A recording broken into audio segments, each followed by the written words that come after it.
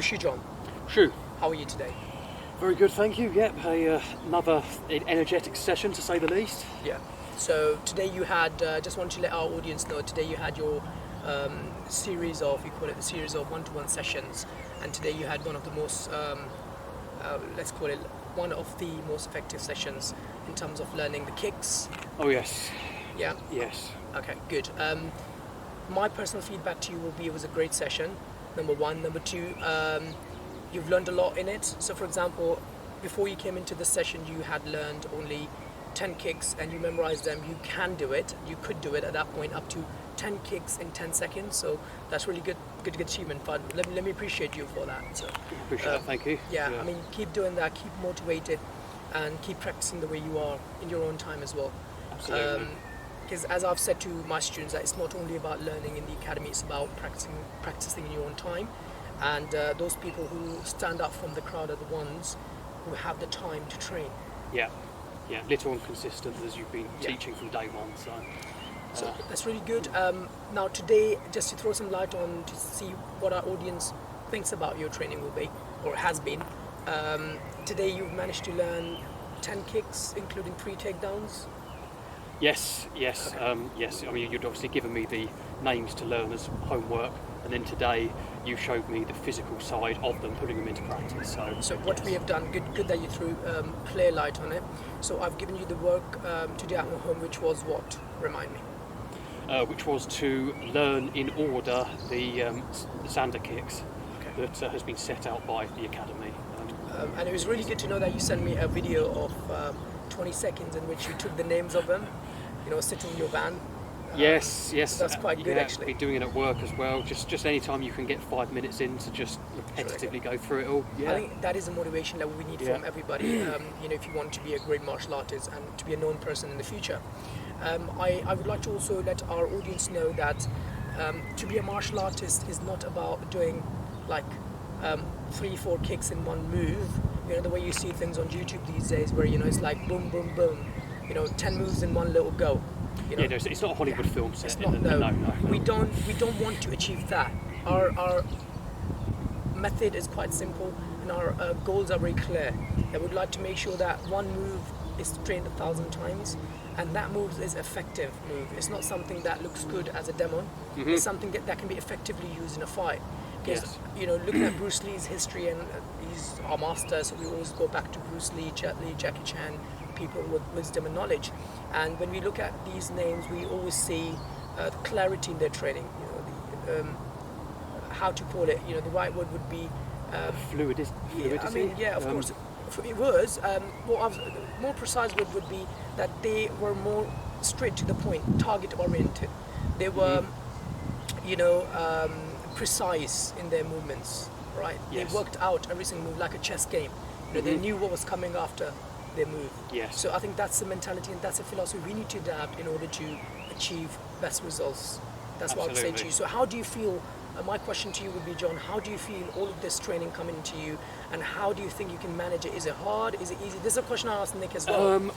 And the same question goes to you. Well, I mean, if everything was easy, everyone would be doing it. There's no question about that. Okay, so yes, it is hard, but it is rewarding. Yeah.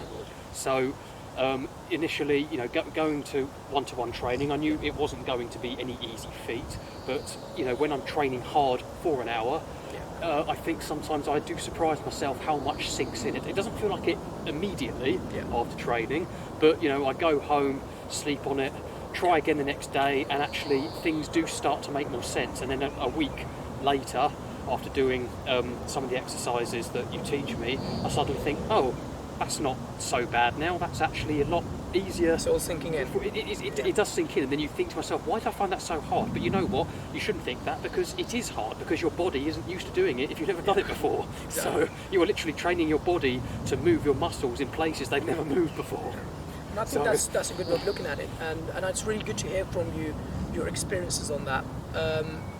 Now, next question, it's really good to hear. Next question I'd like to ask you, also to find out from my side, that people really want to know how we run our one-to-ones, but it's more important that I also get to know you more and to see how you, because we haven't had a lot of talk in terms of, how you're getting on with your training. So this is an opportunity where I would like to ask you, now thinking back and saying, if you was doing a standard training program like anyone else joins with STK UK, how would it be different to a standard training program? How would one-to-one be different to it? Well, you get a lot more of Shifu's attention, so your attention is 100% just between two people. So, I mean, not that the group ones are still very good for practice, and there are still very much helpful coaches there to help, and actually there is one more advantage to it that you get to actually train with somebody else buddying. Yeah. So yes, so two people fighting against each other within their knowledge, of course. But as far as the one-to-one goes, you really cannot put a price on direct knowledge rather than it shared out. And I don't mean that in a greedy sense, because we obviously we share all knowledge out in this academy. Yeah, and no, of course. I mean, you're making a point, really good point. I mean, the differentiation you've made there is one that you get buddy up training, buddy group trainings when you are training in a standard session. But the good news of training one-to-one is that you get direct attention. Would you not say that one-to-one sessions are more like, in terms of, how would you say in terms of pace, in terms of how quickly you're learning and adapting? I would say it's more intense, but that's a good thing. That is absolutely a good thing, because when like when I was first starting and I was getting things wrong, you're getting me to do them again and again and again. Not out of not out of impatience. You were doing it to drill it into my mind, to get my mind used to it. And that it is just, and as you say, it's one move 1,000 times. We obviously didn't do it 1,000 times, but we did it enough times that it did just get drilled into my brain to then settle and then restart again. Funny enough, that is one of our methods we use for effective learning, is that one thing 1,000 times, keep giving you the same thing, keep giving you until you actually master it. I think that's the whole art behind teaching martial arts. That's it. It's about giving the attention a person needs, and every person, I say that every person has different attention span. So one person might be able to learn quickly than the other. So the way we teach is we would identify what your needs are, and that's the reason why we sat down in a restaurant. We sat down and made up a plan, and we actually got to know what you wanted to learn, and I gave you my advice and my ideas. Yeah, absolutely. I do certainly feel like you have tailored it to my needs and to my speed of learning and to patience as well. And do you remember when I'd asked a question? I think it may have been a month and a half ago, and I said, would I have learned as much if you were not as strict to me? But then again, I'd actually asked you to say to be strict. I didn't want you to necessarily go relaxed on me. But obviously not to a point where you're absolutely beating me to a pulp. It was sort of a fine balance, and I did. I asked myself that question, didn't I? I said, actually, I don't think I'd learn as much if A, I didn't have this one-to-one, but B, if you were actually, if you weren't that strict, I probably would not have that motivation and desire and discipline to stay on the road. I have to now ask you, John, about my strictness level as well, and what kind of a strict person am I? I mean, I'd like the audience to know, and people who are watching, when you talk about strictness, what are you talking about here? Okay, well, you are firm with your commands, and you will say if something is wrong, you will say it straight away.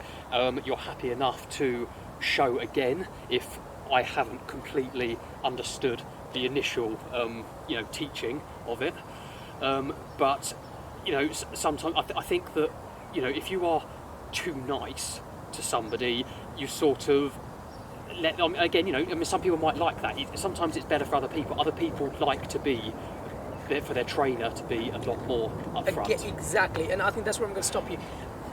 The reason why I've taken this approach to you, John, I'm not like that with everybody, is because you needed it. Exactly. When you talk about reading people's needs and attention and expectation, you remember you made it clear to me that you want me to tell you when you're wrong. Absolutely. And whereas some people don't like that, so we would tailor our training according to what the needs are, and we will change ourselves. We adapt to what the situation is, and I think that what makes us coaches in our brand, in our standing. I mean, I would probably put it in a few words of saying you are firm, but with a sense of humour. Good to know. And on that, made you laugh as well. And actually, sometimes I think firmness is really good. If you're somebody, everyone gets brought up differently. Everybody gets a bit more sensitised or desensitised. Sometimes it can go whatever way your path of life is. But I do think that having something like this, you do learn not to take things personally, and that way, so not just in a fighting sense, but in the real world, you go out there. Are you talking about anger management? Well, yeah, if you want to put it that way, yeah, no, it's like anger management. Do you remember as well, when you started, you used to get really, really angry about, you can't learn that, you're missing on that, and I think how easily. You're still on it, but yes, we all change and we all learn from our own mistakes. And I think the biggest change I've seen in you, John, is that you're very calm now, and you're not bothered about whether if you're making any mistake. And I think you're getting towards that direction. Getting better. And I'm not going to give a percentage, but out of 100, I'd say you're literally halfway through. Yes. So you're making a very good improvement. Yes.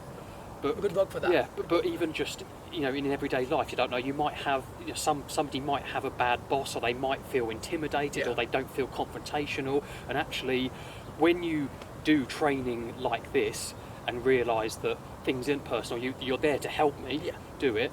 And when people going back to your job are like they are to you, actually, it just goes over your head. Just goes over your head. Just goes over your head, and you learn actually because you actually learn that it's your own personal self that gives yourself permission to either get offended or to get hurt by something, and you don't realise how much choice you actually have. That is a very good one. So this training has massively helped that department too. Alongside the martial arts side, of course. And we were looking into before this recording. We were looking into what the academy is, the differentiation between the difference between an academy and a school.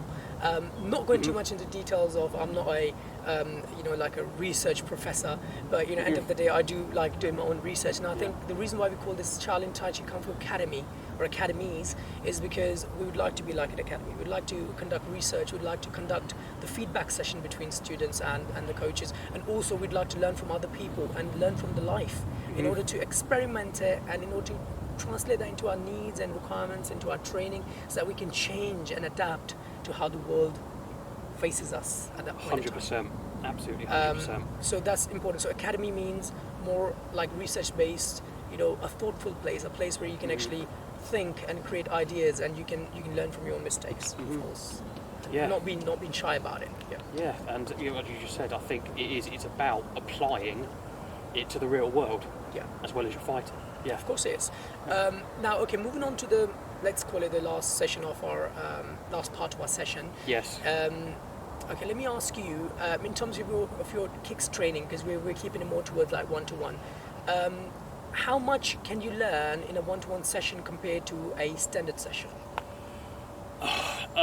Quite honestly, off the top of my head, you could probably learn anywhere between 5 and 10 times more in a. You're surprising me on that. That's really good. It's good to know. Well, I mean, again, I think it obviously depends on how many people you have in a group session, and again, as we just said earlier, there are massive advantages to having group sessions where you can do the buddy training, and it's just generally a nice social thing as well to be amongst loads of people. Well, hit on that, and I'm really excited, really honoured to hear you're saying that it takes 5-10 times more. It's a big number, but in order for the audience, for the audience to understand it more in a greater depth, talk to me about how long does a Taolu takes you to learn?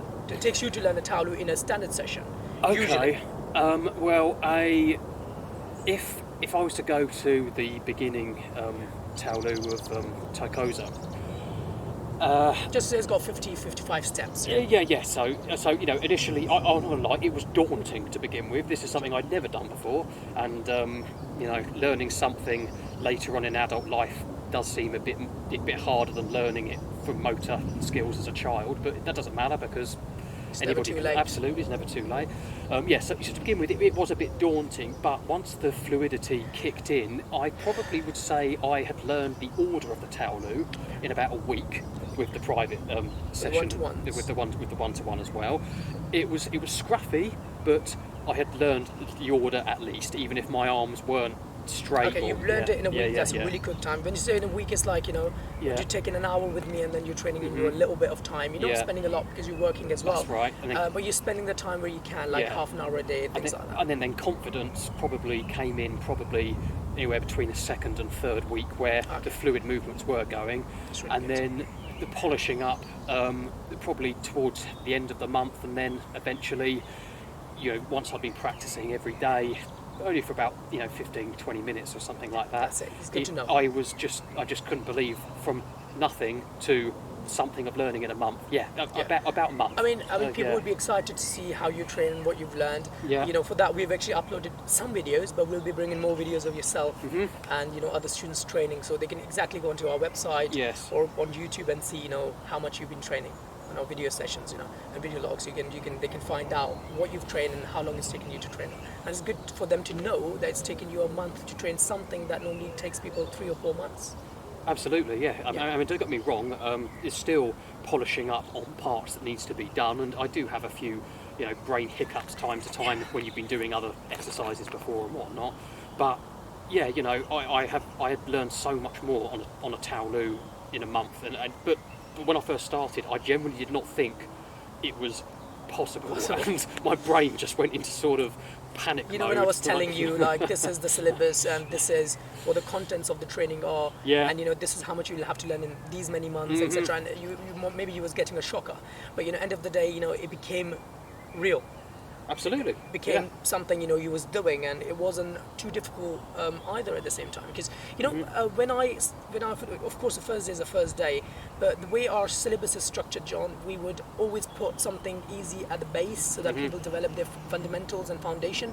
And we believe that the stronger base, as everyone else will believe, the strongest base will enable a stronger structure. Yes. Right. So if you don't have a strong base as a martial artist, then no matter how much it will just all collapse one day. Yeah. So we need to. We have put our little Taolus, which are easier to learn than compared to the others. But by the time you get to the second level already become easier for you because you unlocked it at the first level. So this is how it goes. And the third level, it might be really difficult. It's not going to be possible for you to learn the third straight away when you join in. But after you do it, after the first and the second stage, that's already become very easy. And I think that's the whole idea about realistic training and something that people can learn and practice happily. But let me ask you, that brings me to the last or final question. Do you think, John, when you are training in our academies, you're enjoying it, or is it too, is it too, not daunting, but is it too pressurizing? No, I don't feel. I mean, initially, because of my mind. Sorry, sir, but how much of the enjoyment element is there? Do you really feel like you should come back, or do you feel like you're having fun during the session? Are they fun sessions? Or I want to keep coming back because I know that I was so much better than when I first started. So this actually is my motivation for carry on going, and goodness knows where this wants to take me. So absolutely. So yeah, there was absolutely no. I wouldn't say absolutely no. I mean, sometimes there is pressure in the in the learning, as it naturally is to learn properly. But I do feel really good after the sessions have been done, and I look back and see how much I have learnt in such a generally short space of time, and it gives me absolutely more desire to continue going. So absolutely, 100%. You've touched on quite a lot of points, but I'd like to, because I'm a guy who asks all the questions and all the relevant questions. I wouldn't let you go like that, John. It's really important it's really important to find out your heart feelings, the feelings connected to your heart. So imagine you came into the academy. Do you feel like you enjoy during the session? Do you feel like you can ask questions you have? Do you feel like, when you go, you're more relaxed compared to when you came in? Yes, no, absolutely. When doing more and more sessions, you sort of learn a bit more of what to expect. No matter how hard a session you want it to be, but it absolutely has become more enjoyable, and I don't feel the sort of nerviness as I did to begin with. So I definitely feel like I'm belonging now, for sure. Yeah. So nervousness is gone. You're more confident. You're learning at a greater speed. Yes. And I must say to the audiences that you are actually learning at a good speed. You are exactly fulfilling the requirements I put down. Not that we're very firm on those requirements, but when you see someone actually achieving them by the book, by the plan, it just makes you feel really good as a master. And I think that's what I'm going to say, that I'm proud to be having you on our one-to-one, John. And is there anything you would like to ask me before we close the session? And I'm absolutely appreciative of you taking the time to teach me. Well, thank you very much. Very much so. But and I've got to highlight as well, just for the people watching, that this hasn't just been something that I've just picked up and be like, yeah, done it. No. There have been many mistakes. There have been many parts where I've ended up on the floor trying things, And again, what we've crossed upon a few times is that failure is not a bad thing, and you learn from it. It's not failure, it's a lesson. And I think you've been saying this today, because this is the second time you've mentioned this. The failure is not a bad thing. When I hear this from you, John, it makes me proud. Because at the end of the day, did you not have a mentality in the past, and prove me wrong, but where you'd be so much worried about making mistakes? Absolutely, yeah. But now you can see that world is it's not the end of the world if you are making mistakes and you're learning from them.